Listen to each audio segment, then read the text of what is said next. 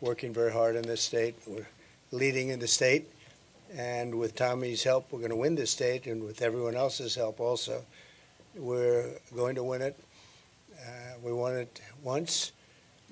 We had great primaries here, and we think we did really fantastically another time. But we think we're going to win it very big. Tremendous enthusiasm. We've never had the enthusiasm that we have right now. So I just want to thank Governor Thompson, and thanks as well to Congressman Brian Stile. Thank you very much, Brian, for the job. Appreciate it. And everyone else for being here today. It's a very impressive-looking group of media. This is largely a press conference. This is a big press conference. I was surprised I got that much hand. I don't know, were they clapping? Because I was very impressive. No, I was impressed, actually. But no, a lot of respect. We have to be together. Before we begin, I want to send our love to the millions of people who are still suffering from the aftermath of Hurricane Helene. Yesterday, I was in Georgia to survey the terrible damage from the storm. It was terrible. And Georgia was hit very, very hard. They're doing a great job. Governor's doing a great job. Everybody, they're all working together. And we helped them out a little bit. In North Carolina, the biggest problem seems to be like zero communication. The poles are all down. The wires are all down. And they asked me whether or not I could help with Starlink. It's another genius concept of Elon Musk. And I called Elon, and they were having a hard time getting it. It's a hot thing. And Elon immediately got involved. And we have the most incredible that they did in one day. They got tremendous communication. They went from literally no communication to tremendous. So I want to thank Elon Musk for what he's done in North Carolina. A little bit help in Georgia, too, where they had some areas that had a hard time with communication. He hooked it up to the satellites, which he feels very confident in doing. He likes satellites, he likes rocket ships, satellites, and there's nobody better. He's something. He's a piece of work, I'll tell you. But he had it done in about 15 seconds. He said, look, it goes right up to the satellite. It's already back down. And they had they had such great communication so rapidly. It's incredible, actually. And the situation in western North Carolina is very catastrophic, very bad. And they don't even realize the extent of it yet. A lot of people are missing. But we're going to be working with them, with North Carolina. Great people, great state. And we're working very hard with them to make sure that that it works out as well as it can. Amazingly, this is one of the biggest hurricanes anyone's ever seen. It's late in the season, very unusual. I guess the water was 20 feet high, and nobody expects that. People go up to their house and they think they're safe on the second floor, and they weren't safe. This was they call it the waterfalls. This was one of the biggest they've ever seen. So. It's too bad. Very late in the season, too. You almost don't even think of it as hurricane season. Our hearts break for every family that has lost a home, and they've lost so much. They've lost everything in many cases. A lot of people don't have insurance, and we have to come together as neighbors and friends and fellow citizens to support those in need, and there's a lot of those in need right now. Unfortunately, I look forward to being back in North Carolina and Georgia very soon, and also Tennessee and Alabama. We had some big damage, but North Carolina was really hit. So we're going to work with them very hard and hopefully help them. We're here today to talk about how we're going to rescue American families from the nightmare of the Harris-Biden administration and launch a new generation of golden age for America. You know what's going on with the schools in our country. Not a good situation. Since Kamala Harris cast the deciding votes on the bills that caused the worst inflation in American history by far, by the way. Higher prices have cost the typical American family over $29,000, and you're continuing to pay $1,100 every single month, more than you were doing before. Nobody can afford that. Even if you get a salary increase, it's nothing compared to the kind of numbers you're talking about. Inflation is devastation. Inflation is country busting. It breaks countries. Look at Germany, from centuries ago. Look at other countries, whether it's centuries ago or decades ago. Any country that goes through inflation, and we went through a really bad period. We're the worst in our history. 8.4 million Americans are now working second jobs, the highest in more than 38 years. And you now have to make $111,000 a year. That's a lot of money to afford an average home, a 46% increase since when I was president, so it's 46% higher. And that's not even including the cost of interest, because interest went from 2% to 11%. And you can't get the money at 11%, so it's not 11, it's a lot higher than that.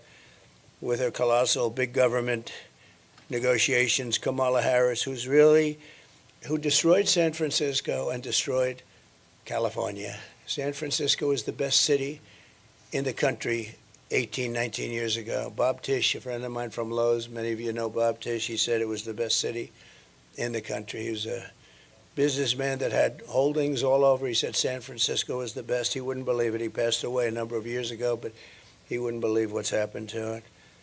And he's also added an estimated $6,300 a year in regulatory costs onto the backs of every American family. So Kamala Harris has done this, and she's done it at a level like nobody's ever seen, with the help of Joe Biden. But I'm not sure Joe was involved, because I'm not sure he was involved in anything, to be honest with you.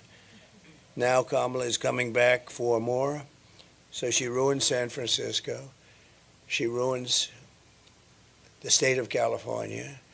And now she's coming back to destroy the United States of America, but we're not going to let it happen. As you know, she's a Marxist. Her father's a Marxist professor who nobody has spoken to. I'd love to talk to him. I would be interested in talking to him, actually. But we can't let this happen.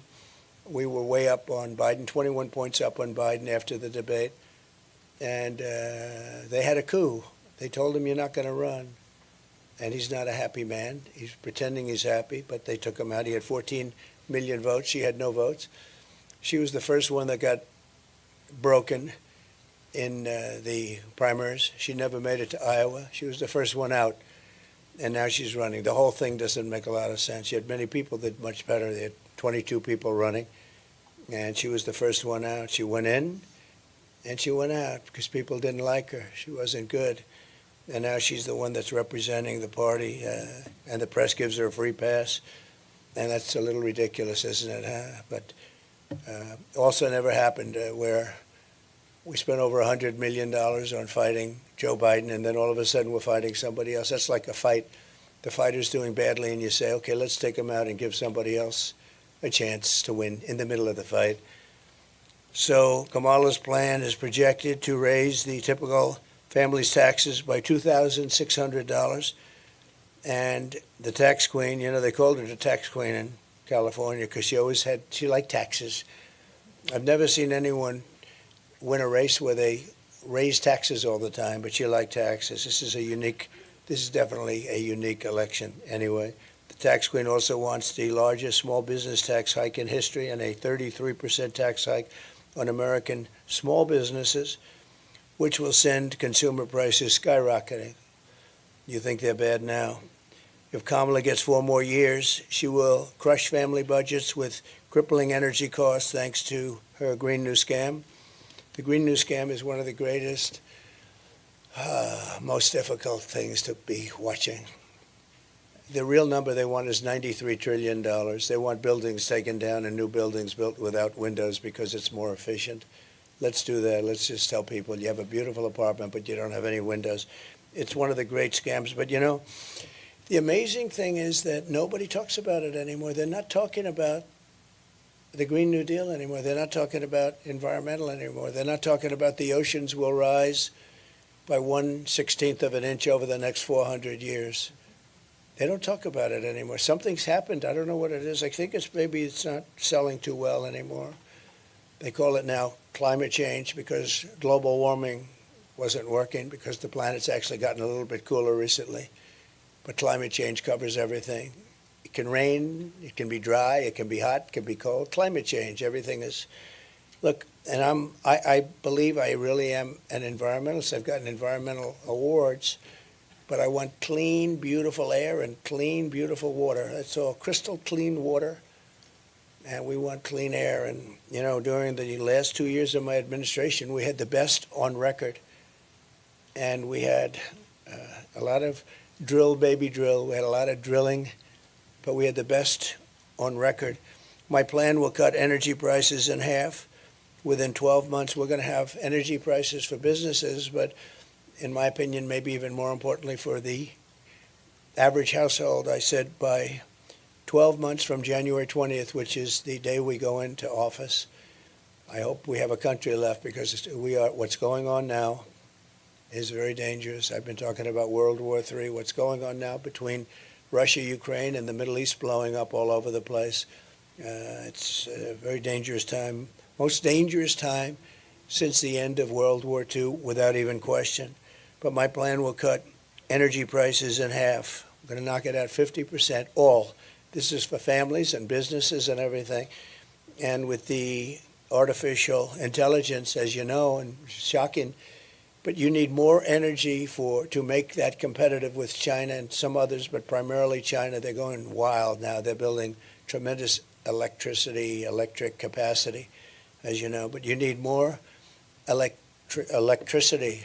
They have to create tremendous amounts of electricity in order to compete, and more than we have right now for the whole country. So you have to more than double up what we have right now to be competitive.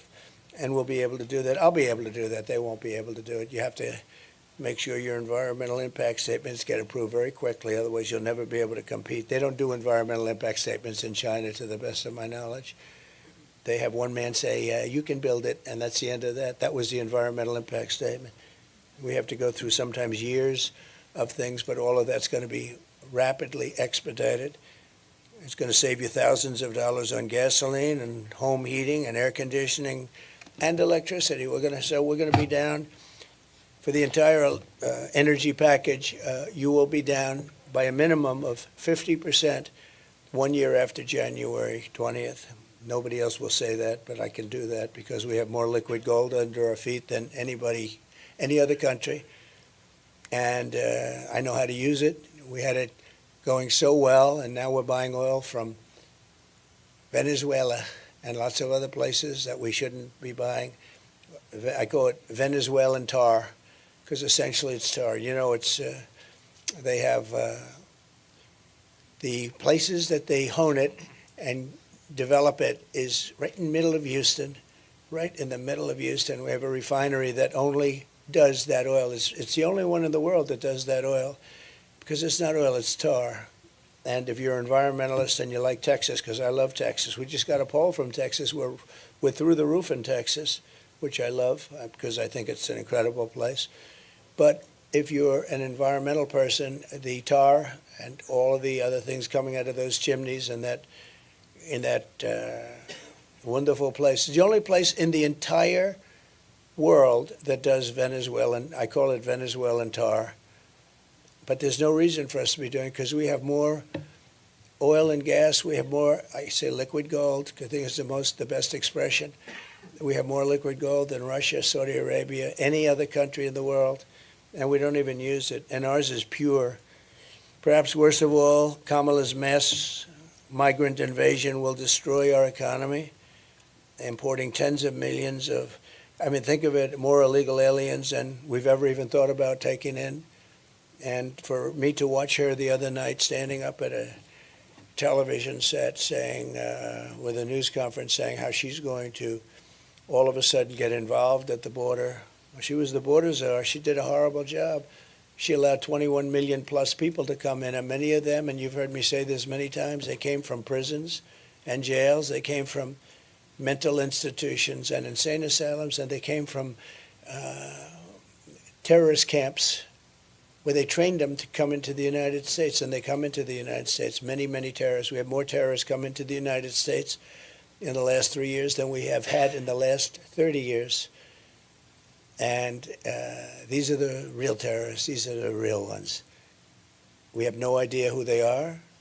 They let them come in, just open borders, just the dumbest thing I've ever seen, other than if you're trying to sign them up to vote, which is what they're trying to do. Kamala grants them all amnesty, and she's promised that it will obliterate. I mean, she promised them that they're going into Medicare and Social Security. And if they're going to Medicare and Social Security, then she's going to kill Medicare and Social Security. And we're not going to let her do that. And I didn't let anything happen to either of them during my 4 years. We didn't raise the age for Social Security. They're going to end up raising it by 6 or 7 years if they get in. With 4 more years of Kamala, you'll have a 1929 style depression. That's sort of the ultimate depression. 1929 was the worst. You don't get worse than that. And it took 25 years to recover, frankly. You know, people say, oh, we recovered with Roosevelt. No, it took 25 years to recover from it. And it was tremendous pain and suffering. And that's going to happen again. And I've been very good at predicting things. I've heard the hat says Trump was right about everything. And it wasn't even my hat. I didn't even do it, but somebody had made a lot of money. Trump was right about everything. But when I win, the next Trump economic boom begins the moment the polls close in Wisconsin on November 5th. And again, Brian and Tommy and all of the people that have been so great here, we're seeing numbers that a lot of people have never seen, real numbers that a lot of people haven't seen, especially as Republicans. They haven't seen because they want to have our country back. They don't want to have millions of people pouring in that are criminals, that are murderers. Think of it. We had 13, and these are numbers that were never announced because they never wanted to do that. They never really talked about these numbers. They've never done it in many years, but they did here. And I think somebody at, whether it's Border Patrol or Justice, but somebody said it has to be done. It was announced just before she went to the microphone to say that she was going to do a good job at the border. And a lot of people were saying, well, why hasn't she done it in 4 years? Why are you doing a good job now? She's done a horrible job, even where they tried to give it a little bit of a kick 2 months ago, 3 months ago, so they could look a little bit better for the election. They didn't say that they're flying thousands of people over, and those numbers aren't included, or the app, where they have an app that's being used by the cartel leaders, the people that are making billions of dollars. The cartel leaders, think of this, call the app, and they say where to drop the illegal migrants. This is done under their administration. It's nobody's ever seen anything like it. But they said they closed the border, but they didn't say that airplanes are flying over with hundreds of thousands of migrants, dropping them all over the place. And I'll tell you what, the people in these towns are scared. They're scared. Even if they haven't arrived there yet, they're scared. When you take a look at what's happening in Ohio, Springfield, where you have a town of 50,000 people, that's beautiful. It's safe, a great place, idyllic, actually. And now they've, in a short period of time, dropped 32,000 people there. And some of those people are pretty tough people. And the mayor of the town, I don't know him, but he seems like a nice man, but he doesn't want to talk anything. He doesn't want to say anything bad. He wants to be politically correct. And all he says is we're trying to get interpreters because none of the people, virtually none of them speak English. So he's looking for interpreters when he should be looking for people to take them home because this country cannot sustain what's happening to it. We can't sustain hundreds of thousands of people coming in a month or, more importantly, in a short period of time, 21 million plus. We have no idea what it is. You have gotaways. Nobody has any idea, if you include the gotaways, what the number. We can't even really say, you know, with other countries like China, you say it's 1.4 billion. With India, you say it's 1.5 billion. They're big. With us, you don't really know what the number is. You say, how many do we have? Is it 320? Is it 325? Is it 350? Nobody knows. If you go to government agencies, say how many people are in our country, they have no idea. Well, we're going to have an idea very soon. Under my leadership, real median household income rose by $7,684, and that's before the pandemic. And even after the pandemic, the annual income was up $6,400. We did a great job in the pandemic, never got the credit we deserved, but we did an amazing job. Operation Warp Speed is being studied by many, many schools, both militarily and business-wise. Operation Warp Speed. Even my greatest enemies, they say, what a job that was. That was a job like nobody else has ever done. And it's ripped the world apart. Every country got ripped apart, including China. China was delayed, but it was hit harder proportionally probably than almost any country. It was a terrible time.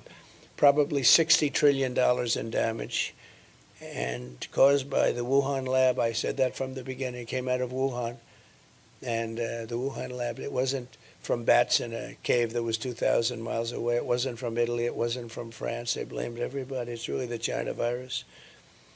But we did a great job with the ventilators, with the masks and the gowns and everything. You know, when we got here, our cupboards, I used to say our cupboards were bare. We had nothing. No president put anything in for a pandemic, and I don't blame him. Who would have thought? I thought it was sort of an ancient thing. It wouldn't happen now, so it wasn't, something that I ever mentioned very much. I didn't blame other presidents, but they didn't put anything into it. So we had the cupboards were bare, and all of a sudden we heard there's something coming from China, and terrible. We had the greatest economy in the history of our country. We gave you the biggest tax cuts in the history of our country and the biggest regulation cuts by far in the history of our country, and rebuilt our military. But a lot of that, not relatively speaking maybe, but a big chunk went to Afghanistan, where they're one of the biggest sellers of military equipment now in the world. And what I say is the most embarrassing moment in the history of the United States, that we took the soldiers out first. You're supposed to take the soldiers out last. A child would know that. I brought a child up to the dais once, and I gave him the facts in front of a very big crowd of maybe 10,000 people, maybe more. I gave him the facts. I said, so would you take the military out first or last? He said, I take the military out last, sir. He was 5 years old. I said, how old are you? He said, 5. A lot of you saw that. As president, I will deliver gigantic tax cuts for working families, and we will have no tax on tips, no tax on overtime, and no tax on Social Security benefits for our seniors. And that's a very big thing, but especially the last one for our seniors, because they've been decimated. Young people have too, but they've been decimated, seniors, on their fixed incomes. But nobody's ever been hurt more, nobody has been hurt more than seniors with respect to inflation. Inflation has just absolutely destroyed seniors. So I'm giving them no tax on Social Security benefits, and that'll make up for some of it. This was all created by Biden and Harris, although nobody knows, when I say Harris, nobody knows who I'm talking about. So Kamala. And while working Americans catch up, we're going to put a temporary cap on credit card interest rates of 10%, because those rates are going up to 22, 24, 26%. And it's not sustainable. It's not fair. So it'll be temporary, but we have to help people. They can't pay those rates. We're going to unleash American energy, drive the prices way down. We're going to stop the people from pouring into our border. We're going to have a mass deportation of criminals. We have to get the criminals out of our country. They're not going to help us. Again, you had 13,000, more than 13,000, to be exact, 13,099. And these are murderers. These are murderers that have murdered in many cases, about 30% of the cases, more than one person. And in some cases, more than 5 people. These are real murderers. These make our bad people look like innocent people.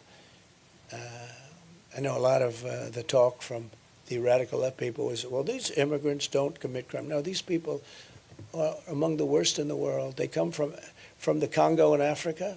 Many people from the Congo. I don't know what that is, but they come out of jails in the Congo. They're letting their jail population come into the United States. Their jails are being emptied into the United States. Their gang members are being taken out of Caracas, Venezuela, and lots of other places, which was a rough city, very dangerous city. And they're being delivered into the United States. They're gang members. And these are tough gang members. You see what's happening in Aurora, in Colorado. The mayor is petrified. He doesn't, he's petrified, but the governor is a mess. He doesn't know what the hell. He's a Democrat liberal. and they're taking over real estate, lots of real estate. The governor doesn't know what to do. And, they want to be politically correct. They don't want to say anything. They're so afraid of saying anything and offending anybody. They have to go in. They have to get them out. But when you look at what's happened in Aurora in Colorado, it's incredible. And Springfield is unbelievable. Again, a beautiful community. And now, almost immediately, 32,000 more people. And these are people that have had a rough life, too. They're tough. Some of them are real tough. But they've had a rough life. It's not sustainable.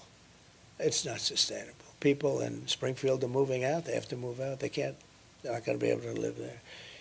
I'm going to appoint Elon Musk, who's a fantastic guy, to lead a government efficiency commission tasked with saving trillions of dollars in fraud, waste, and abuse, and driving down inflation and driving down costs. We have tremendous fat.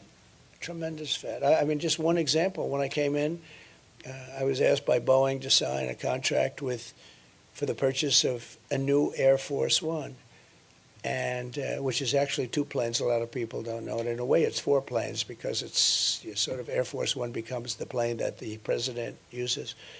And I was asked to do it, and I was able to cut $1.6 billion off the deal without any changes, except I was giving it a better looking paint job. And we ordered new ones, because we have Air Force One is 32 years old, 2 planes, 32 years old. And you'd come and you'd land it next to some of these planes from Saudi Arabia and a lot of other places, United Arab Emirates is a beauty. But you'd land the plane, and the plane looked awfully shabby. It was time, 32 years old, so I got new ones. But when I came in, and they asked me to sign a $5.6 or $5.7 billion contract. Now, they're very special planes, because it's like, people hear billions for airplanes, but they're very special. I can't even say you why, but I can't tell you that. I'm not supposed to. But they are very expensive but incredible planes from Boeing. And I said, I'm not going to sign it, it's too much. And Boeing came back and they cut $400 million off just by my saying that. And I said, nope, it's too high. It has to have a 3 in the front of it. It has to have a 3. Because this was a 5, right? 5.6, 5.7 billion. I said, nope, it's too high. And they called back a week later and they took another $250 million off. So I got $650 million with like about 2 minutes of conversation. I said, no, I'm not doing it. It has to have a 3. And this went on for about a month. And I sort of forgot about it. I said, look, forget it. Well, let's not do it. And lo and behold, about 4 months later, I get a call from Dennis. This was prior to the horrible accidents, the 2 accidents that really hurt Boeing. I mean, it was the greatest company in the world. I think it was thought of as the greatest company in the world. And now it's not considered that. They went down a long way, but this was when it was prime time, Boeing prime time at the beginning of my term. And they said, here's the story, sir. We thought we had a deal at $5.7 billion. We'll do it for $3,999,999.99. 1 penny less than 4. I said, you got a deal.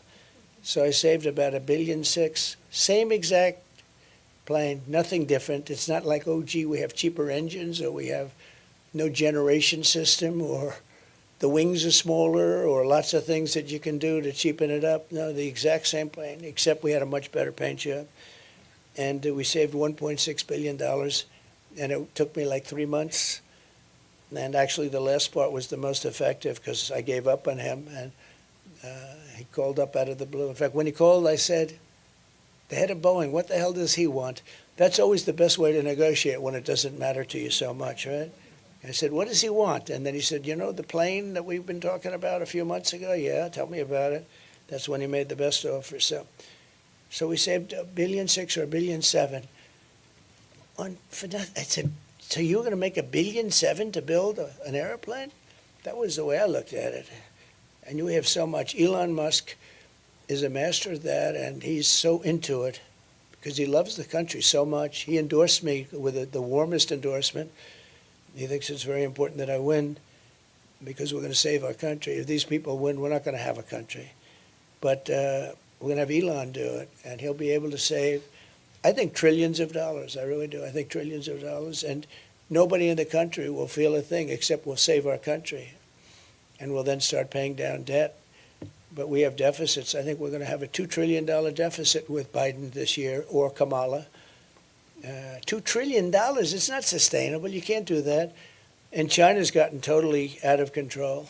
It's, the deficit with China is incredible. The deficit with the European Union is massive, like $320 billion. And, we have a new one now, Mexico, because Mexico's starting to get a little rambunctious with the car business. And for those people in United Auto Workers, the head of the union is incompetent. The deal he made in allowing the United States to go to all electric is insane, because people don't want to buy all electric. I think electric cars are great, but it's a market, a little percentage, probably 10%, I don't know, some percentage. I think they're great, but they don't go far. They're made in China and they're very expensive. And not everybody can have them. They want everybody to have an electric car. It won't work. We don't have enough electricity right now to take care of our homes and our buildings. In California, Gavin Newsom has a situation that's unbelievable. He's having blackouts and brownouts every week. And now we're supposed to, on top of it, feed cars all of this electricity, so it doesn't make. So I'll be terminating that on day one. And again, we're all for electric cars. I think it's great. I think Tesla, I think Elon makes great cars. And somebody said, did he ever speak to you about it? Because the way I've been saying this for 2 years. It's a tribute to him. He never mentioned it to me once. It's pretty amazing. He didn't say, well, listen, you got to lay off, because I'm a big fan of electric cars, but not for everyone. You have to have gasoline-powered cars, and hybrids are great. And some new ones are coming on the market. We have hydrogen. Hydrogen is a hot one right now, but it is a little problem. It tends to blow up on occasion. And if it does blow up, you are unrecognizable. They will never be able to see who you were. Maybe a blood sample, but it's a bad blow up. I would say that's a serious problem, so I don't expect to be buying a hydrogen car for myself. But a lot of great things are in the marketplace, because we're here in Wisconsin with the great Governor Thompson. He's a great man. He's a great politician, one of the most popular, I think the most popular politician in the history of the state. And it's an honor that he even does this. I mean, he just feels he's a little like Elon in that sense. He feels it's so important. But one of the founding fathers of school choice, I didn't even know that until a couple of days ago. But he's a big school choice. A lot of people are. I got lots of calls. I even got a call from Rupert Murdoch, who I have a lot of respect for. And he said, school choice. You have to go with school choice. That was just today. I said, I didn't know he was so into school choice, but he feels very strongly about it. He's a good man, too. I also want to talk about another way that we can help the American family, supporting school choice for every child. And, you have to do the school choice thing, because right now we are just about at the bottom of every list, and yet we're number one on every list of cost per pupil. Cost per student, we're number one, and if you look at a list of the top 40 nations, we are at the bottom of the list. We're number 40, number 39 all the time, and often led by Norway and Denmark and Sweden, and China is in the top 5 usually. Pretty amazing, with 1.4 billion people, pretty amazing. But China's in the top 5, and we're number 40, number 39. And one of the things we'll be doing is moving education back into the states. And, if you think about it, like a state like this, I think would do fantastically well with education. I think that a state like Iowa and Idaho and Indiana, I think you'd end up, I was looking at them the other night, just from common sense, with a party of common sense. And I said, more than anything else now, with a party of common sense, because that's more important than anything else. We don't want men and women sports. We want to have strong borders, and we want to have fair elections, not rigged elections. And We have a lot of problems in this country. But if you take a look at all of it, everything that we're doing, every single thing that we're doing is based on structure and common sense. I was looking at the various states, and I think 35 states could be the equivalent of Norway and Denmark. If you think about it, they'd run great. I mean, I think Iowa would do great. I think Idaho would do great. I mean, these are states that have no debt. They have low taxes. They've done great. And then you have the same, you have a guy like Gavin wouldn't do very well, I don't think, with it. He signed a thing yesterday. Somebody told me, I haven't, it's not confirmed, but he signed a document yesterday that said you're not allowed to ask a voter for ID, identification, and if you do, it's like a crime. Why would anybody do that? In other words, this was signed yesterday or the day before by Gavin Newsom, a failed governor, and it said, if you ask anybody whether or not anything having to do with their identification, now for everything else you're allowed to have a card, but for voting, which is our most important act, it's considered virtually a crime, so you're not allowed to ask for identification. Now, there's only one reason that's done. That's because they want to cheat on elections. When you have something like that where there will be no asking, it's not a question of having voter ID, it's a question you're not even allowed to ask. And if you ask, it's a crime. That's only because of the fact that they want to cheat on elections. And we can be nice and we can be politically incorrect, but the only thing they're going to do there is cheat on elections.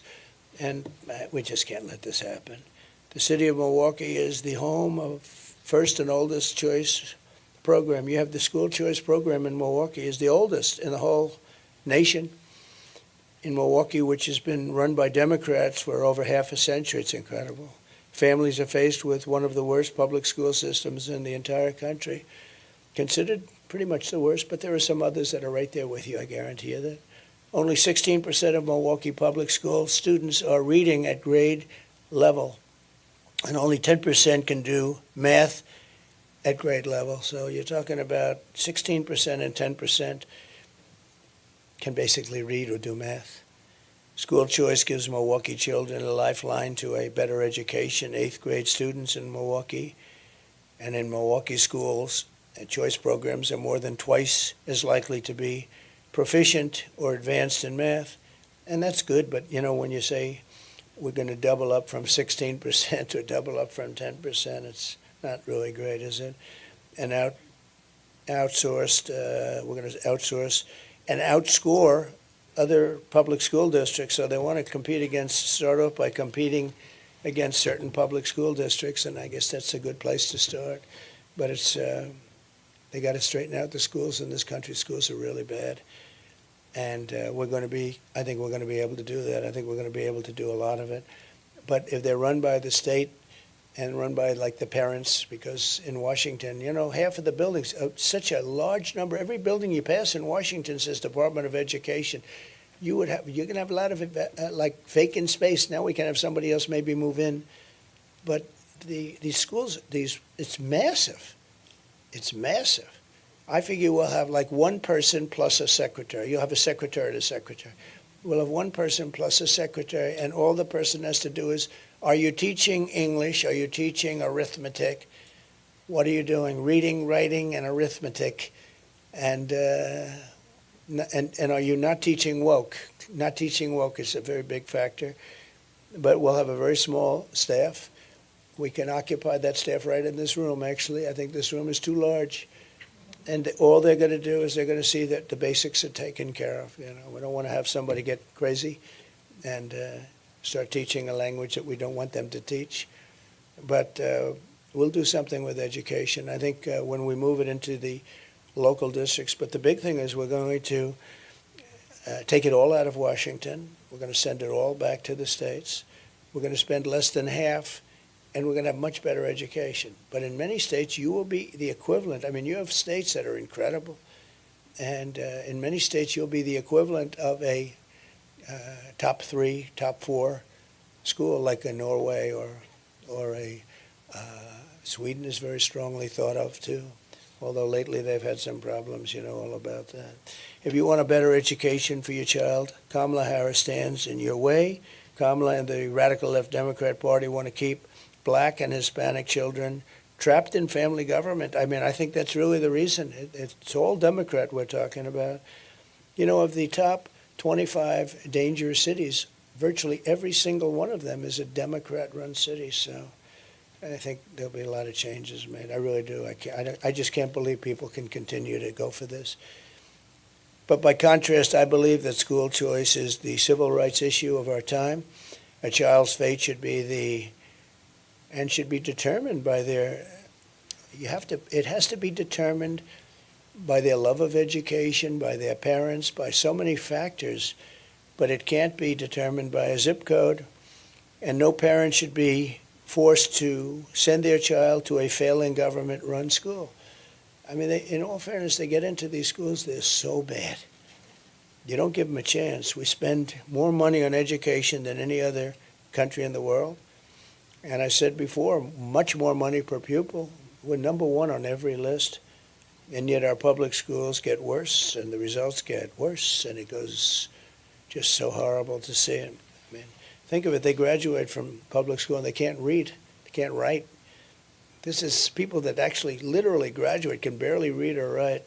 Wisconsin private schools receive nearly $3,000 less per student per year through the school choice programs than public schools, yet they achieve far better outcomes.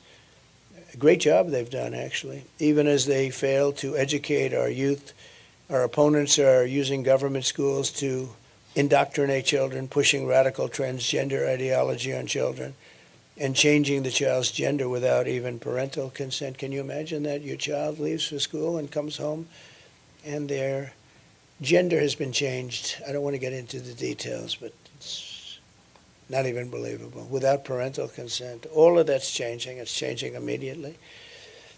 One of the things I wanted to mention with all of the people coming in, they're taking black and Hispanic jobs. The black population, their unemployment is way up over the last few months, and the fake news isn't reporting it. And the reason they're way up is the illegal migrants are taking the black population's jobs and the Hispanic population's jobs. And that's not fair. That's not a good thing. But that's what's happening. They come in, and many of these people, again, and many of them aren't. Many of them are criminals. Many of them are people that have murdered people we just don't know about. We know nothing about these people because they came in, they didn't have to report, they didn't have to give a piece of paper. I had remain in Mexico, very strong. The president of Mexico approved it. I said, look, you're going to have to approve it. He said, I won't approve that. Why would I approve that? Why, am I stupid? I said, no, you're not stupid. You're very smart. That's our problem. You're too smart. He said, but you're going to approve it. And he said, why would I do that? I said, because if you don't, I'm going to put 100% tariffs on your cars coming in, and we're going to make a fortune. He said, like you said, I will approve it. Took me about 2 minutes.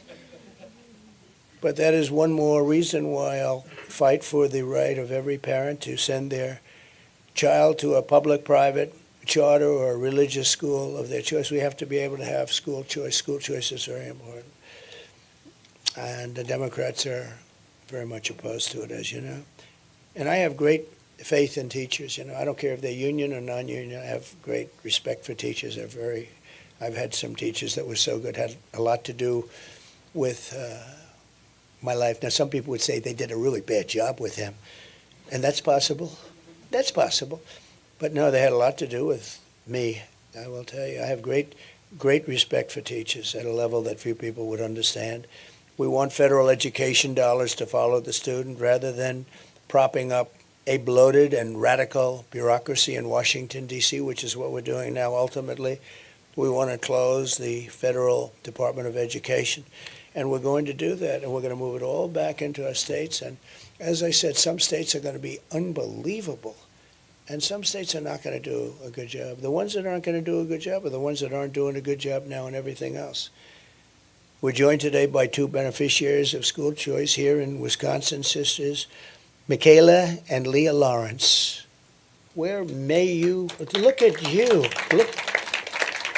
Both attended St. Marcus Lutheran School, a high-performing K through 8 private school. And it's a choice school in the inner city, Milwaukee. And I love Milwaukee. We had such a great convention here. They treated us so well. I also like the result. If I didn't get the right result, I probably wouldn't like Milwaukee. I got a great result, but it was beautiful. The building was beautiful. We're going to come here. I believe my people are working. We're going to come here in the same arena. The arena was great. And we're also going to go to Green Bay. We're going to be announcing it pretty soon. Green Bay for a big one. We're going to have two big ones, very big ones, maybe a third of a little bit more of this nature. But we're going to do your basketball arena. We're all sort of set, and we're going to do Green Bay. We'll do it the day before the game as opposed to the day of the game. But Michaela graduated with honors from high school in May and is going to school for dental hygiene. And Leah is now a senior in high school, a wrestler, wow, at Wisconsin Lutheran, who went to the state finals twice, wow, and is currently scouting engineering schools across the country. She's looking at a really great engineering school. So Leah and Michaela, if you could come up, I'd love you to say a few words, please. Thank you.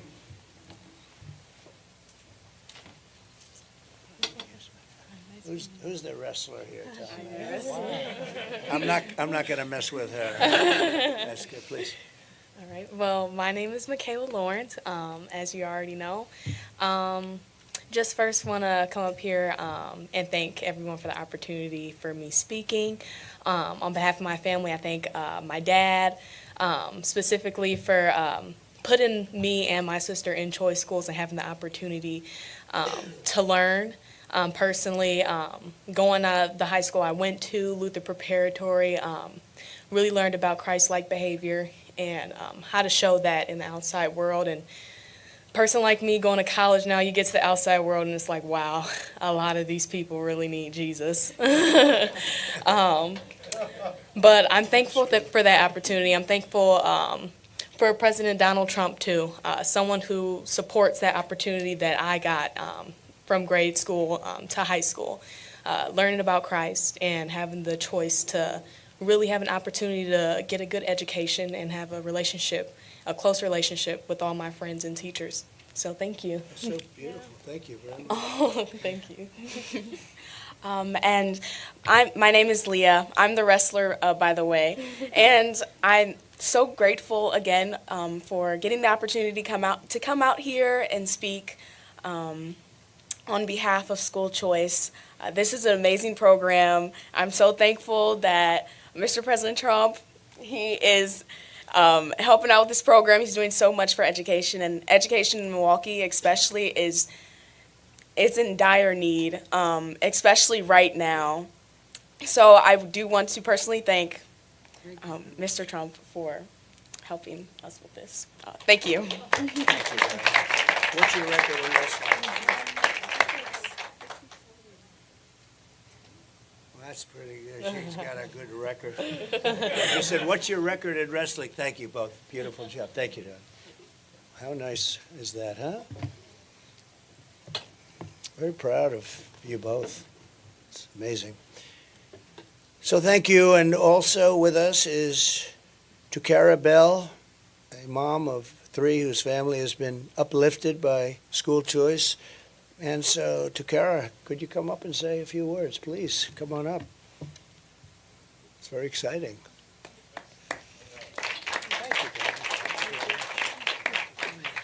Thank you all for this opportunity. I really appreciate it. I am a mom of 3. We benefit from the School Choice program. This is my daughter, Cynthia Dunlap.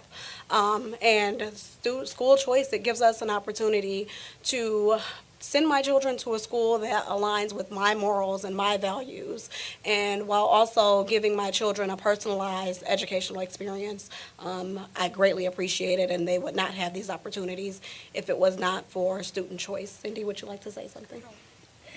Hi, I'm Cynthia. School Choice has given me so many opportunities that any other school could ever give me. I am so thankful for School Choice, and I also have a gift for you, President. Wow. On behalf of Trinity Thank you very Lutheran much. of Christ. I'm going to wear it tonight. Nice. Thank you, darling. Very much. Thank you. Thank you, darling. That's really nice. Come on, you hold that for me. Don't take it from me. I want to keep. So again, universal school choice, very important. We're backing it all the way, 100%. And I want to thank everybody for being here. And there's a lot of media here, so if you'd like to ask a couple of questions, I think we'll do that. So go ahead, please. Brian? Mr. President, thanks for coming. Yes, thank you. Under your administration, you brought world peace. You didn't have any chaos in the world. I No? wanted to get your comments on what's going on right now in Israel and Iran, that conflict. Brian, I think it's the most dangerous time we've had, certainly since the end of the Second World War. I think it could end up being a world war. You have two hot spots, and you'll probably have a third, maybe, with Taiwan. But you have Ukraine and Russia, and that's out of control. I met with President Zelensky, and I got along very well with President Putin. I think I can get it solved, but we should get on, and immediately you have to, I think I would like to be able to solve it while president-elect. If I get elected, I'm going to work on that immediately. It's going to be my first 2 phone calls. And my second is going to be, we're going to close the border immediately and have people come into our country, but legally. And my third will be drill, baby, drill. You know, it's like not too complicated. But that series of calls, I think is going to be very important. That war, millions of people are being killed. I don't think people recognize how many people are being killed. I don't think it's being properly reported. It's a horrible, horrible war. And then you see what's happening even today. You know, where is that going to stop? And you know, you have to give Israel a lot of credit for being able to protect itself. You look at these forces, they shot down almost 200 rockets today. But this is not the way anybody should have to live. So we're going to obviously be very involved in the Middle East. This would have never happened. We did the Abraham Accords. I think everybody, including Iran, would have been in the Abraham Accords had I taken over as president. I think even Iran would have been in the Abraham Accords ultimately. It would have been great for everybody, and you would have had peace in the Middle East. We got 4 countries solved, and very respected countries, as you know. They were signed up. And then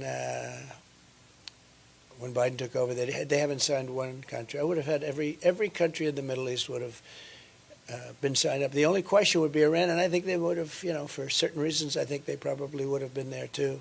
It would have been peace in the Middle East. Instead, this is just tearing it apart. This has really been bad. But they have to finish that process.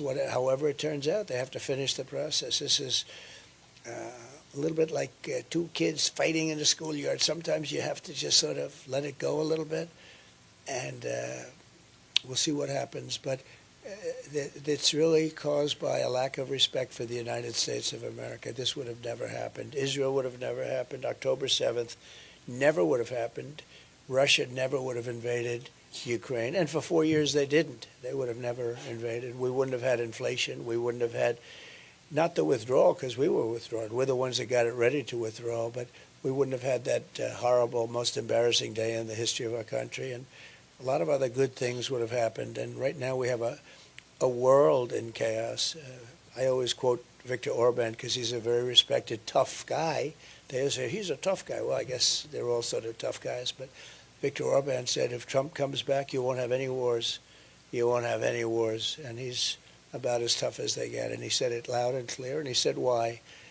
But you won't have any wars. So I just want to see stuff. Look, there's no huge benefit. I think Europe has to pay up more because it's very unequal, and they have to pay up more for that, and they have to do it now because we have an ocean in between. It's much more important to Europe than it is to us, but we want to see that war taken care of, and we certainly want to see peace in the Middle East as soon as it's possible. All right? Thank you very much. Yeah. Please. You met with President Zelensky last week.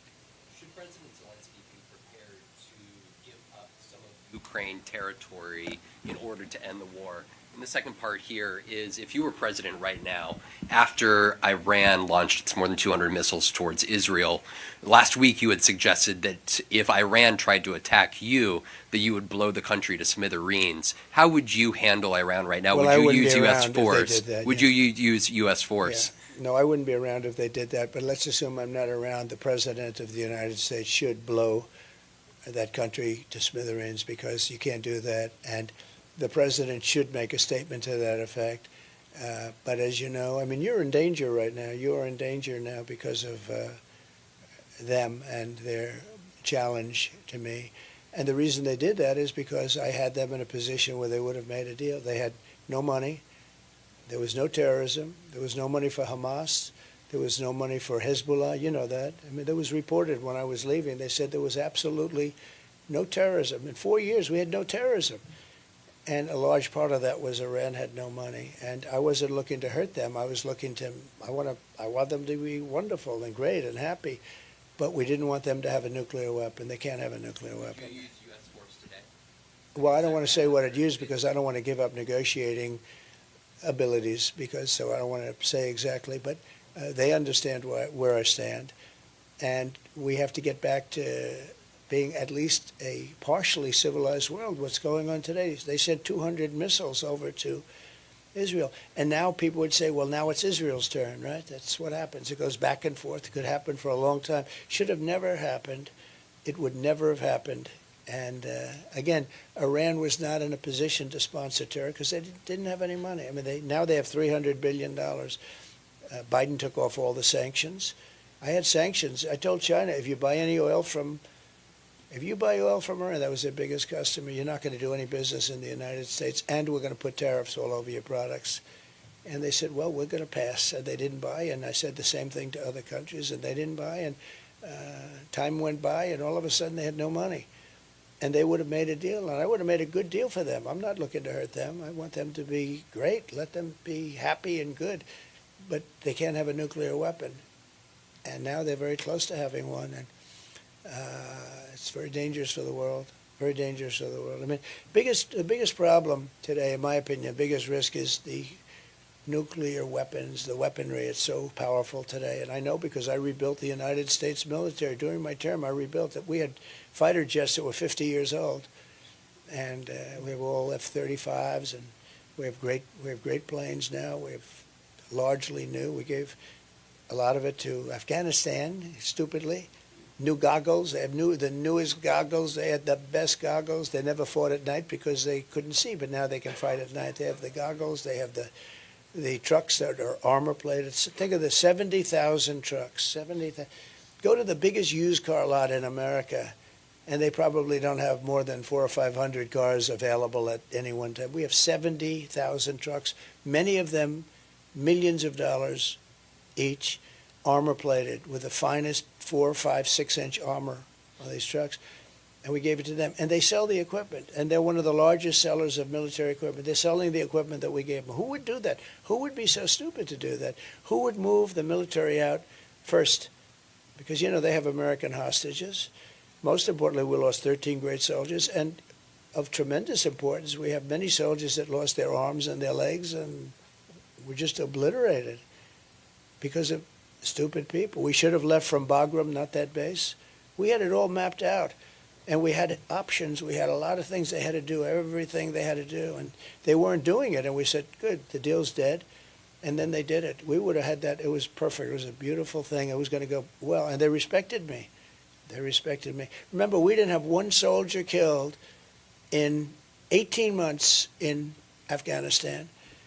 The Taliban, that's their fighter. And I spoke to Abdul, the head of the Taliban, a couple of times. But I explained to him, you can't do that. You can't do that, Abdul. And from the time I spoke to him, we didn't have not one fighter killed, not one American soldier killed or even shot at for 18 months. And then I left, and we had these clowns take over, and it all blew up. It was not going to blow up. It was going to be good. One of the worst things they did is give up one of the largest air bases in the world, the largest runways, most powerful runways, very deep with concrete. You could land anything on them, meaning the weight. You could land any plane on them, very, very long, I think like 18,000 feet. And to give that up, and the importance of it was in Afghanistan, the importance of Bagram, and very important, was it was 1 hour away from China where they make their nuclear weapons, right in that area. But 1 hour away from China. Forget about Afghanistan. We should have never been there. But we were 1 hour away from where China makes their nuclear weapons. And now, you know who occupies it? China. How about that? They left. So I was never going to, I was moving out. We were all set to move. I'm the one that got the soldiers down to that level. We had no problem. And we were going to move out. Soldiers would have moved out last. We would have taken the equipment. We would have done everything. I had no confidence in the Army, meaning in their Army, the people that they were giving us, because they were loyal to the other side. I always knew that. That's why you had so many blue on brown and brown on blue. You had so many attacks where we trained them, and then we hand them a gun, and they turn the gun around. They shoot the sergeants and everybody else there, the Americans. I said, well, there's something. We never had so many attacks like that. We trained them, and as soon as they get a gun that's loaded, they turn it and they shoot everybody. And I said, what the hell's going on over here? And they're tough fighters too, but they weren't. The reason they were even in there is because they were the highest paid soldiers in the world. When Mattis would say, sir, they're fighting for their country, well, they weren't really fighting for their country, because otherwise you wouldn't have had so many, I call them turnarounds, where they turn around and shoot you. They weren't fighting. They were fighting because they were getting so much money as a soldier. It was such a job where they were making a lot of money, but their loyalty wasn't to that group. And the head guy was a total thief. I knew that. I didn't get along with him at all. He left with bags of money in a helicopter, and there were bags of money at the end of the runway. How stupid can Americans be?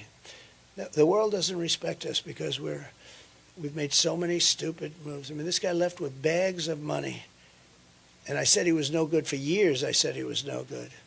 I met with him a couple of times, fine, but that whole thing was collapsing. But they weren't loyal to us. They were loyal to themselves.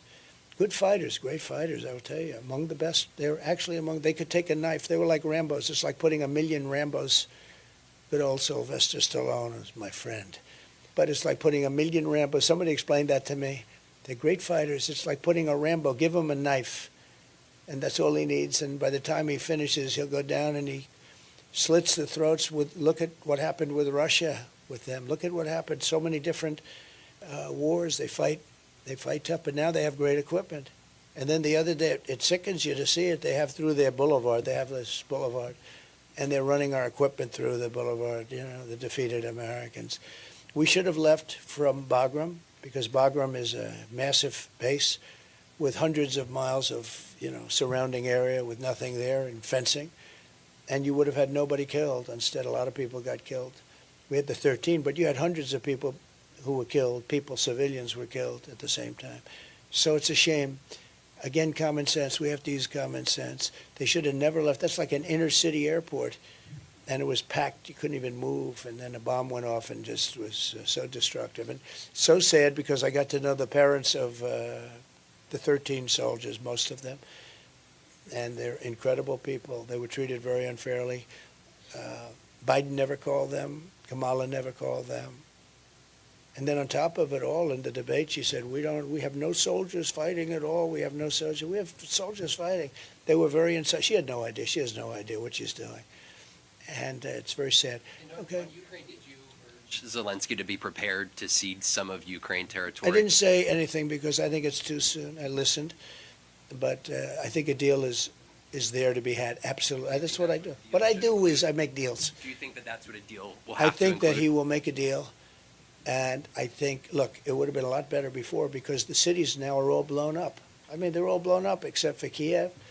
You have the cities are those beautiful golden towers. They're ancient gold. They're all laying on their sides, smashed to smithereens, right? The cities many of them are just gone. Do you think they can still It would have been work? so great. Would have been so great. Number one, it wouldn't have happened. I wouldn't have had to make a deal. Putin never would have gone. I talked to him. It was the apple of his eye. I talked to him a lot about Ukraine. I mean, it was the apple of his eye. He said this used to be a part of the Soviet Union. It used to be a part of Russia. But he had a whole history going. It was something he would have never done it. He would have never done it with me there. I mean, I can't speak for the future. Probably would have done it. Eventually, he would have done it because he wanted it. But this was something that was very important to him, but he would have never done it. And, honestly, he never did do it. And there was never even a threat of him doing it. But I'll get something done. I know both of them. I know both of them very well. Mr. President, you talked about early voting in Dane County today. I talked about what? early voting in Dane Yeah. County today. Nearly 500,000 Wisconsin voters have received their ballots already. Now they're returning them in the mail, ballot drop boxes. For you to win, I'm curious what you tell voters who are skeptical of that process after they've heard you talk about things like fraud or one-day voting. Well, I think people are going to watch the process a lot closer. Last time we had COVID, people couldn't even get out. You had no security in rooms. People were afraid to go. Even security people, you couldn't get security. It was a terrible thing that happened last time. If that didn't happen, we'd have a much different country today. You'd have a much different world today. But last time we had COVID, and to be honest, I mean, you take a look at the security. The security was non-existent. No security guard wanted to go out because they didn't want to catch COVID. Big, strong guy, and we say, oh, you'll be great. And then he says, I'm not going out. I don't want to die. And it was a very sad thing. They did a lot of bad things, including not getting legislative approval for some of the things they did. But I think that people are watching this time. We have lots of lawyers watching, and we're doing it early rather than late. We're not going to do it after we're doing early. That's why you see the lawsuits filed. And we're going to try and say too big to rig. You know, we use the expression. As you get a lot, like Tommy Thompson was telling me, he's never seen such enthusiasm in this state, in Wisconsin. A lot of people have told me that, but they've told me that in other states too. And typically I poll, you know, we're leading. You saw the polls came out today, we're leading. But typically I poll very low. And then, in other words, people, it's a little, you know, I'm not sure it's the nicest. They say, look, we don't want to tell you, and then they vote for Trump, right? That's why the exit polls were so wrong on number one. They didn't want to say who they're voting for, and then the exit polls reflected that. And then at the end of the evening, I won. But all I want is a fair election, that's all. Just a fair, honest election. I hope we're going to get that. Do you trust the process this time around? Did I what? Do you trust the process this time around? I'll let you know in about 33 days. No, look, I'm in 33 days. Yeah, go ahead, please. Blue? Thank you. Thank you. First of all, do you think Israel should retaliate to these missile attacks from Iran? But also, do you believe that you should have been tougher on Iran after they had launched ballistic missiles in 2020 on U.S. forces in Iraq, leaving more than 100 U.S. soldiers injured? So, first of all, injured. What does injured mean? Injured means you mean because they had a headache, because the bombs never hit the fort. So just so you understand, there was nobody ever tougher in Iraq. They had no money with me. They would have made any deal with me. I would have had a deal made within, literally, I would have had a deal made within 1 week after the election. They were dying to make a deal. And when you say not tough, they had no money. They had no money for Hamas. They had no money for Hezbollah. And when we hit them, they hit us. And they called us. And they said, we're going to shoot at your fort, but we're not going to hit it. And if you were a truthful reporter, which you're not, you would tell the following: none of those very accurate missiles hit our fort. They all hit outside. And there was nobody hurt other than the sound. It was loud. And some people said that hurt, and I accept that. But they told us that they were going to do this and that they weren't going to hurt, and they wanted us to know that because they didn't want us to retaliate. But I essentially bankrupted Iran. They had no money for, and it was a big story. There was no money for Hezbollah. There was no money for Hamas. There was no terrorists. We had no terror attacks. And I think I would have ultimately gotten along with, but there was nobody ever that was tougher on Iran than I was. I took their money away, and they behaved. And I will say, and I said it many times, what Biden should have done, he should have made a deal with them in that first week because they were dying. They had nothing. They were dying to do it. But they did just the opposite. They took all the sanctions off. I had the sanctions that were the toughest. It's like a lot of people say with Russia, well, I was the one that ended the Nord Stream 2 pipeline. You know that. I think you admit that. I ended it, and then when Biden came in, he approved it. That was the biggest thing ever that Russia's ever done, was the biggest pipeline just about in the world, going to Germany and various places in Europe. And I ended it. And there was nobody tougher on Russia than I was. But with Iran, it's a very sad situation. But we could have made a deal with Iran, and all of this would have never happened. And the reason was I was the toughest by far. Nobody was ever tougher on Iran. But they did. They called us and they told us, we have to retaliate only in the sense that, and they, I think people know this, we have to retaliate, but we're not going to hit anybody. Just keep your people inside the military base. And that's what happened. The rockets hit in all areas. And of the 18 rockets that were launched, 6 of them self-destructed, 12 of them approximately, 12 of them arrived. And when they arrived, very accurate rockets, missiles. And when they arrived, they missed the fort. But they had to do that, and I thought it was a very nice thing because they didn't want us to retaliate again. But I was the one that started that. Okay. Real quickly, on the economy, we've got this port strike That's a big deal. It's a big deal. Look, Americans are already struggling with inflation under Yep. Kamala Harris. How does this supply chain issue going to build up and once again be another disastrous economic episode under Kamala Harris? It's massive. It's massive. Those workers are very important to the lifeblood of our country, and it's a massive thing. But don't forget, they've been hurt very badly with inflation. Those workers, some people would be upset with them and some people not, but those workers were very badly hit with inflation. And, they're not happy, and they do a good job. And they also don't want to see certain new technologies, which in many cases don't work very well. I mean, when they modernize ports, a lot of times it doesn't work. There's nobody to talk to. It's very inaccurate. I've heard a lot of complaints about these modernized stations, a lot of very big complaints. But those are really hard workers. I know some of them. And no, that's going to be a tremendous hit. There's another one. Biden shouldn't have let that happen. Not that he should have ended it. He should have worked out a deal between them and the others. He could have worked out a deal. That's an easy deal to work out in a sense because you have a certain power of being the United States. A lot of these are foreign ship owners. And you have a lot of power being the U.S. And that should have been worked out. It's a devastating event for the economy. It's also devastating for inflation because everything's going to cost a lot more because of it. I don't know how long it's going to go on, but I understand the workers' side. I mean, I see both sides. These workers have been devastated by inflation, and the inflation was caused by stupid energy policies, and equally as much by deadhead spending. And that's what they call it. They call it deadhead spending. You know why? Because stupid people do what they did, and that caused inflation. So they were badly hurt. Thank you. Go ahead. CBS is saying that you have pulled out of a planned interview on 60 Minutes. I'd just like you to address that report, and if you indeed are not doing the interview, explain your reasoning why. Well, right now they came to me and would like me to do an interview, but first I want to get an apology because the last time I did an interview with them, if you remember, they challenged me on the computer.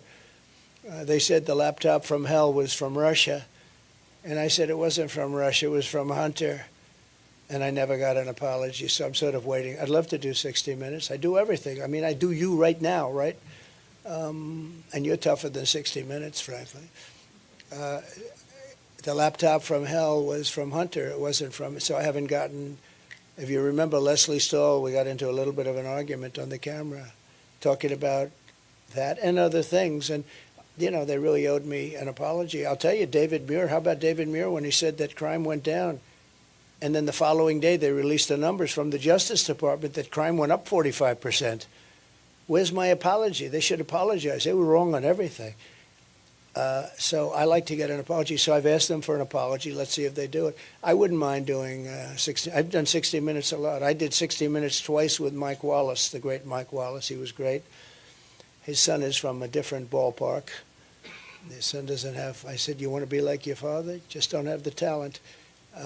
Who else, please? Go ahead.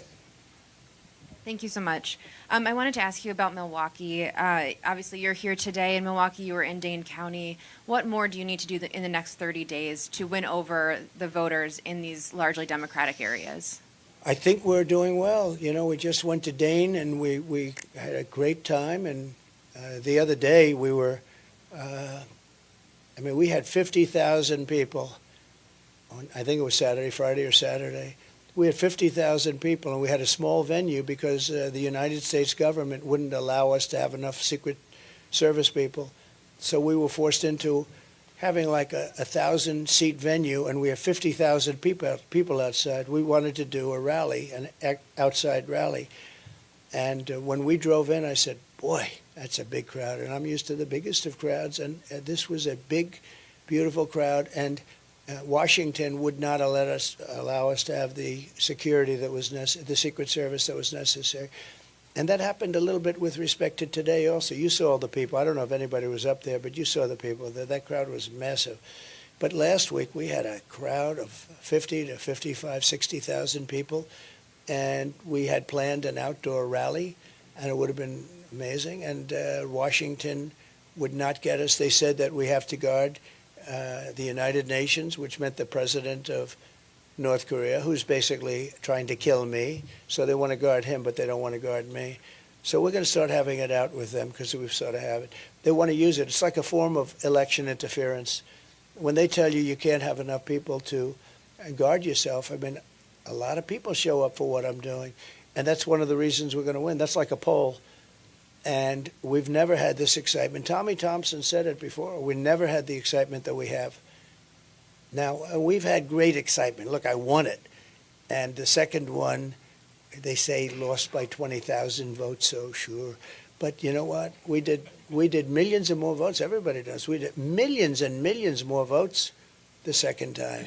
Got the most votes in the history for a sitting president. Sitting president never even came close to that. And we're doing much better. You people reported it, that we're doing much better today than we did with Hillary or we did the second time. So I think we're going to have some good results here. Mr. President, you've gone to Dane County. You spent time in Dane and Yes. Milwaukee counties today. In 2020, your campaign sued to throw out the absentee ballots cast by voters in those two counties. What is your message to someone watching in Dane and Milwaukee County who feels they did nothing wrong in 2020? They might support you, but you tried to throw their vote out 4 years ago.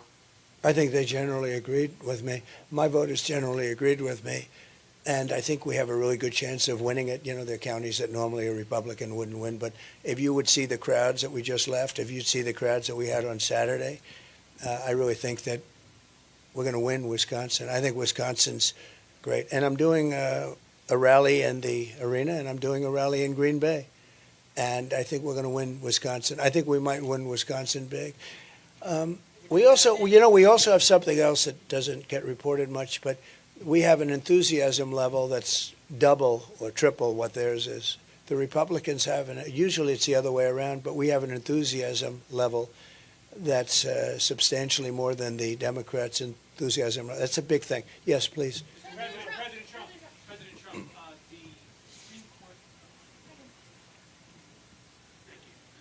the Supreme Court term begins next week. Yeah. If you were to get another Supreme Court pick, what positions must a judge hold for you to consider them? Honesty, integrity. We want people that are honest. We want great integrity, and we want genius. You know, Supreme Court, you have to be very smart. And we don't want to have people that are not brilliant people. And I know many of the justices, and for the most part, I think they're very brilliant people. You want brilliant people, but you want great integrity, honesty, and, you know, that's, I don't think it should necessarily be along party lines. It usually tends to be that way, but I don't think it's necessary. I think the main thing is they have to be really respected people. They have to be respected. You have to respect our Supreme Court. I think they get treated very unfairly. You know, you have people that go around trying to play the ref with them, and I know these people, and they're really they're scum. They're bad people, and they'll go after not only Supreme Court justices but regular judges, and they'll hit them about, oh, they're not good, they're not smart, they're not, and actually they're very smart. They're a lot smarter than the people doing the calling out. But they're trying to be Bobby Knight, you know, the great basketball coach who was constantly playing the ref, screaming. And he said, maybe I won't win this call, but I'll win the next one. And he was often right. He was a big supporter of mine from Indiana. He was a big supporter of mine, and he was a great coach, but he played the ref. They play the ref by insulting. I don't even know, is it legal to do what they do? I mean, they're so outrageous. But a lot of the judges don't stand for it, and the ones that really are respected don't stand for it. They do what's right. Are there certain issues that you would like to see the court take up? No, they have to take up whatever they want to take up. I have no preference. There's certain issues I'd love to see taken up, but they have to do what they have to do. They have that, I'm sure, very well under control. I think the Supreme Court has really made some very brave decisions over the last year, and I think I'm looking at their approval numbers, and they have approval numbers for everything, but I'm looking at their approval numbers go up and up and up. Yeah, please go ahead, right there.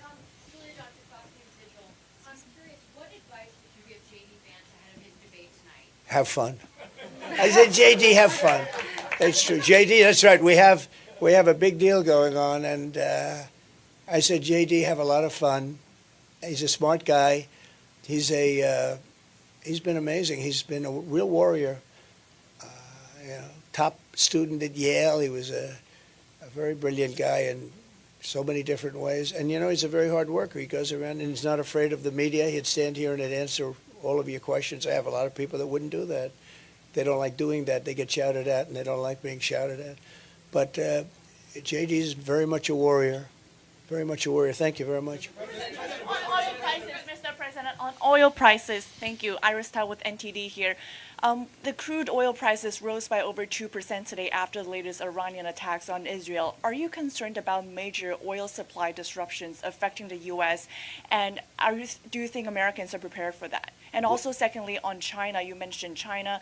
Do you think China might be trying to seize this moment, to take advantage of this moment, try to plan an attack on Taiwan in the Indo-Pacific theater? Thank you so much. Well, you never know with President Xi. I had a great relationship, as you know, with President Xi. He's a very smart guy. So I don't want to read his mind, but he's very smart, and he has a way of doing things that's very good for China. And he's at the top of his game. Our people are not at the top of their game, so you never really know.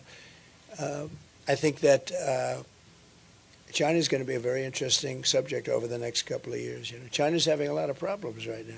The economy is having some big problems. They just issued very big stimulus, but it's someplace, and he's a very, people get upset when I say it, but he's a very fierce person. He really is. He's a fierce warrior. He's a fierce challenger. But I had a very good relationship with him. Okay, a couple of more. Go ahead, please. Go ahead, behind you. Thank you. You've said two can play at that game when talking about the Department of Justice. How would you use the DOJ if you're reelected? Well, I think it's terrible what they've done. They've weaponized government to an extent that's nobody's ever seen before. It's done in third world countries, banana republics. But, like as an example, they said, the documents case. Well, he was guilty. They basically said he's guilty, but he's incompetent. He's allowed to be president, but he's not allowed to go to court. It was a strange ruling. But I was exonerated from my case. That was a big case, as you know. Down in Florida, we had I don't know the judge, but a brilliant judge, totally brilliant judge. And I was exonerated and fully exonerated. And I can only say this, that, when I stand here and I watch the questions being asked by people that are somewhat hostile, many people that are fair. You have a lot of different talents in this room. I was just thinking to myself, all I want to see is fairness. Our country needs you so badly. The media, you're like the policemen and women of the world. You're so important. You keep politicians honest. You keep politicians from doing really bad things. You're so important. And it's so important that the media be fair and really improve, because I watch how unfair it is and how one-sided it is. And you need the media to really buck up in this country, because nobody's ever seen anything like it. And I can tell you, I don't want any favors. I just want fairness. I want like a level playing field. And if we can get the media back to a level playing field, that's going to do a lot for the good of our country, because we have to make a comeback. Our country is a failing nation. This is a failing nation. We're failing at the borders. We're failing at everything we're doing. You look at the numbers. We lost $2 trillion this year. $2 trillion. You know, people don't report that. Our country, we have a deficit of $2 trillion. It was never a deficit in the history of the world like that. And one of the reasons I'm going to bring Elon Musk in to negotiate a lot of that. He's very good at it, and he's a great guy, and he loves the country. He really loves the country. It's not easy for him to do an endorsement. You know, he endorsed me. But Brian, I would say it's not easy for him to do an endorsement, right? He's got a lot of different factions, a lot of different sides, but he wants to save the country. And, you know, I tell you the airplane story. I could tell you 20 other stories just like it. We have to be a lot different. We have to run a lot different. We are a failing nation, but we're not going to be a failing nation for long, I predict. I hope we're going to have a great victory, a big victory, and then we're going to straighten out our country. We're going to seal up our borders, and we're going to let a lot of people into our country, but they're going to come in legally. We had Remain in Mexico, and for some reason he voided that immediately, and she did. I guess she did because she was in charge of the border. And I hate to see that when somebody was so bad at the border and then tries to pretend like she wasn't even involved. This was the worst border in the history of the world, not here, the history of the world. There's never been a border like that. I always say third world countries would have used sticks and stones to keep people out if that happened to them. There's never been anything like it. And the press doesn't want to report about it, and they've got to report about it. It's a big story. To me, it's the biggest story. When you allow 13,000 murders into our country, and they're free to kill, they're free to kill. These are people that are rough, tough, horrible people. It's not going to be a positive thing. When you allow thousands of terrorists from very tough countries into our country, they're here. We don't even know who they are. We know they're terrorists, and we know something about some of them, but generally we don't. But we know there are thousands of terrorists let into our country. Drug dealers are in our country at levels we've never seen before. We're really, we're a very sick country, but we're going to figure it out and we're going to get it fixed. Yeah, go ahead. You've got one of the biggest, I predict you have one of the biggest rallies coming up on Saturday in Butler, attendance-wise. Can you give me a preview of that and what's going through your mind going back to Butler? Butler, that's right, it's going to be on Saturday. And it's going to be an amazing rally. You know, Butler has become quite a famous place. It's like a monument now. People ride through the streets of Butler looking at it as though it were a monument. It's very important. We lost a great person. Corey, the fireman, and two other people were supposedly going to die, and they ended up living because of great doctors up there. These doctors, two separate doctors, one was just hit badly, and the other was hit really badly. They were both. First thing I said is, how many people are dead? Because, we had a massive crowd as far as the eye could see, and there was no empty areas, so when bullets are fired, they're going to hit people. And these are AR-15 bullets. They were going over my head. I heard them. I didn't know you could hear bullets, but they are 4,000 miles an hour or something, and they're going over my head. And I was amazed that they just said three. They said, probably 3 dead. That was my only, and then 2 of the 3. And I'm very happy to report a friend of mine, some people have heard this, but he said, I'd like to make a contribution. These people live good. There's no crime there. It's beautiful in many ways, but not a lot of money. And they had a great relationship. Corey and his wife was really nice, and 2 daughters. He was killed jumping on top of the daughters. He didn't want the daughters to be hit. And when he jumped on top, he got hit. He got hit really badly. There was a National Guardsman that was seated 9 seats away, and we're going to give him something for what he did. Corey was hit in the head, bleeding profusely, and this National Guardsman went over to Corey, saw that he was still living, and gave him mouth-to-mouth resuscitation. And nobody's ever seen anything like it. And it was tough. And then Corey died. But for that man to do that was amazing, actually. So, I'm very pleased to report. So a friend of mine, rich guy, member of Mar-a-Lago, said, I'd like to make a contribution to the family of Corey, the firefighter. And I said, well, that would be nice. And I said, where is it? He gives me a check, and it was for $1 million. I gave it to Corey's wife, $1 million. But bigger than that, we did a GoFundMe, and I think we picked up about $6 million, and we're giving her, I guess, about $4. She'll end up with about $5 million. And she said to me, I'd rather have my husband. I understood that. It was such a beautiful thing to say. But she said, I'd rather have my husband. Now, they never saw $1 million or $5 million. This is a tremendous amount of money for them. And the other gentlemen are getting more than $1 million apiece. And we went out, and that was the public. I mean, it's amazing. So we're going to be there on Saturday. It's going to be a really big event, and it's going to be something, we'll celebrate the life of Corey, I think. And I want to celebrate the two gentlemen that got hit really bad. I mean, and we should celebrate their doctors. Who would think you go up into sort of the country, right? The country, and you have two doctors that took two men that were so badly wounded, and they saved their lives, right? Just very talented people. There are a lot of talented people in our country. So that'll be exciting. And the question is, how am I going to start the speech? And I think I was going to say, as I was saying, because that's about where I was. I was very early, and if I didn't have that chart, which I always bring up, I rarely bring it up, but when I do, it's always at the end of the speech, and it's on my left, and here it was the first moment of the speech, and it was on my right. Had I not made that turn, I would not be speaking to you people today, and some of you would be extremely happy about that, I suspect.